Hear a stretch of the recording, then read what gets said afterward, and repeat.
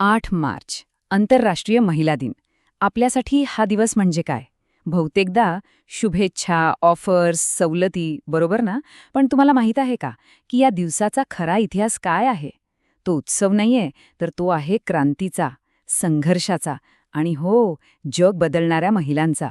चला तर मग हा सगळा रोमांचक प्रवास कसा होता ते आपण पाहूया. आज जर आपण आंतरराष्ट्रीय महिला दिनाकडे पाहिलं ना, तर आपल्याला दोन अगदी वेगवेगळ्या गोष्टी दिसतात. एका बाजूला आहे उत्सव, म्हणजे काय, तर हॅशटॅग, मोठमोठे कॉर्पोरेट इव्हेंट्स, शुभेच्छांचे मेसेजेस.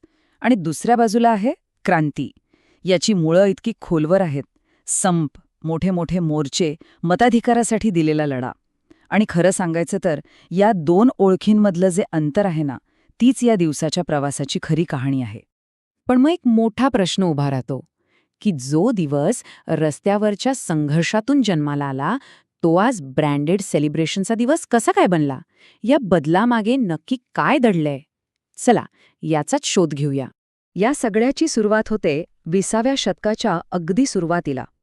तो काळच असा होता की जगभरात बदलाचे वारे वाहत होते आणि ह्या बदलाची जी पहिली ठिणगी पडली ती होती समाजवादी विचारांमधून. तर झालं असं की 1909 मध्ये न्यूयॉर्कमध्ये अमेरिकेच्या समाजवादी पक्षाने पहिल्यांदा महिला दिन साजरा केला. पण खरी क्रांती घडली ती 1910 मध्ये. क्लारा झेटकिन नावाच्या एका कम्युनिस्ट कार्यकर्त्याने एक प्रस्ताव मांडला की हा दिवस फक्त एका शहरापुरता नाही, तर आंतरराष्ट्रीय स्तरावर साजरा व्हायला हवा. आणि बघा, पुढच्याच वर्षी काय झालं. युरोपमधले 10 लाखांहून अधिक लोक रस्त्यावर उतरले आणि त्यांनी इतिहास घडवला. म्हणजे बघा, हा दिवस आता फक्त एक दिवस उरला नव्हता, तर राजकीय बदलाचं एक शक्तिशाली साधन बनला होता. आणि त्या सुरुवातीच्या काळातली उद्दिष्ट एकदम स्पष्ट आणि क्रांतिकारी होती. त्यांना फक्त वरवरची समान अधिकार नको होते. त्यांना हक्काने मतदानाचा अधिकार हवा होता, सरकारी पदं भूषवण्याचा हक्क हवा होता आणि नोकरीत होणारा लैंगिक भेदभाव कायमचा संपवायचा होता. या साध्या मागण्या नव्हत्या, हे तर थेट त्यावेळच्या व्यवस्थेला दिलेलं आव्हान होतं. सुरुवातीला महिला दिनाची अशी कुठली एक निश्चित तारीख नव्हती, पण रशियामध्ये एक अशी घटना घडली ज्याने 8 मार्च ही तारीख इतिहासात कायमची कोरली. आणि ह्याच घटनेने या दिवसाला खऱ्या अर्थाने गगभर पोचवलं. ही 8 मार्चची तारीख आहे ना, ती थेट जोडलेली आहे रशियामध्ये 1917 साली घडलेल्या एका प्रचंड मोठ्या घटनेशी. ही घटना म्हणजे फक्त एक मोर्चा नव्हता, तर एका बलाढ्य साम्राज्याच्या पतनाची ती सुरुवात होती. 1917 सालची गोष्ट आहे. पेट्रोग्राड शहरातल्या महिला कापड कामगारांनी भाकरी आणि शांतता या साध्या मागणीसाठी संप पुकारला. पण हा संप एवढा पसरला की त्यातून रशियन क्रांतीची ठिणगी पडली. आणि तुम्हाला आश्चर्य वाटेल, अवघ्या 7 दिवसांच्या आत तिथला शक्तिशाली झार निकोलस द्वितीय याला आपली सत्ता सोडावी लागली. आणि या क्रांतीचं फळ काय मिळालं? तर रशियन महिलांना मतदानाचा हक्क मिळाला. विचार करा, एका संपाने अख्खा इतिहास बदलून टाकला होता. रशियन क्रांतीनंतर तर या दिवसाचं महत्त्व आणखीनच वाढलं. 8 मार्च हा दिवस सोव्हिएट रशियामध्ये अधिकृत सुट्टी म्हणून जाहीर झाला.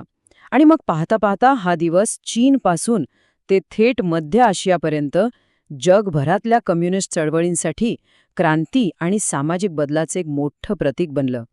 पण कम्युनिस्ट देशांमध्ये रुजल्यानंतर या दिवसाचा प्रवास काही थांबला नाही. तो एका नव्या वळणावर आला.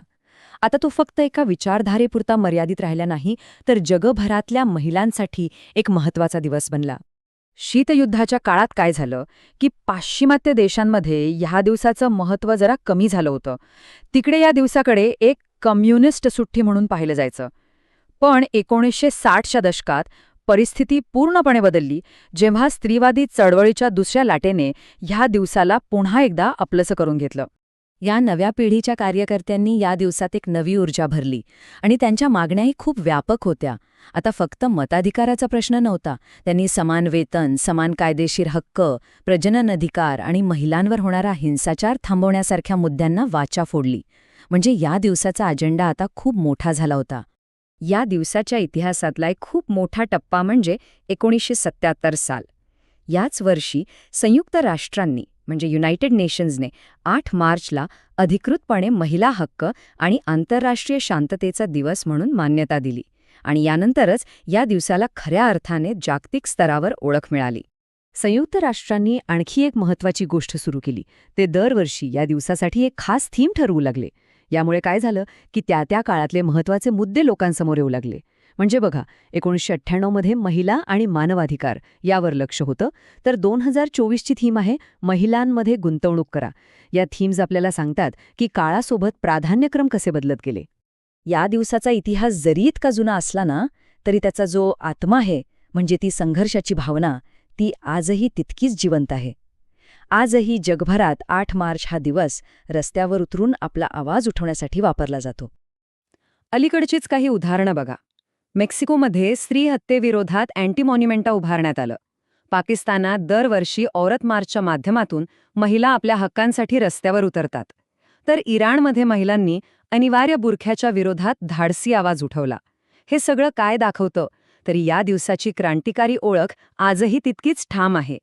पण हा लढा फक्त रस्त्यापुरता मर्यादित नाहीये. या संघर्षाचा आवाज आता सरकारच्या धोरणांमध्येही पोचतोय आणि त्यामुळेच महिलांच्या आर्थिक सक्षमीकरणासाठी ठोस पावलं उचलली जातायत. आपल्या भारतातही याचे पडसाद उमटताना दिसतात.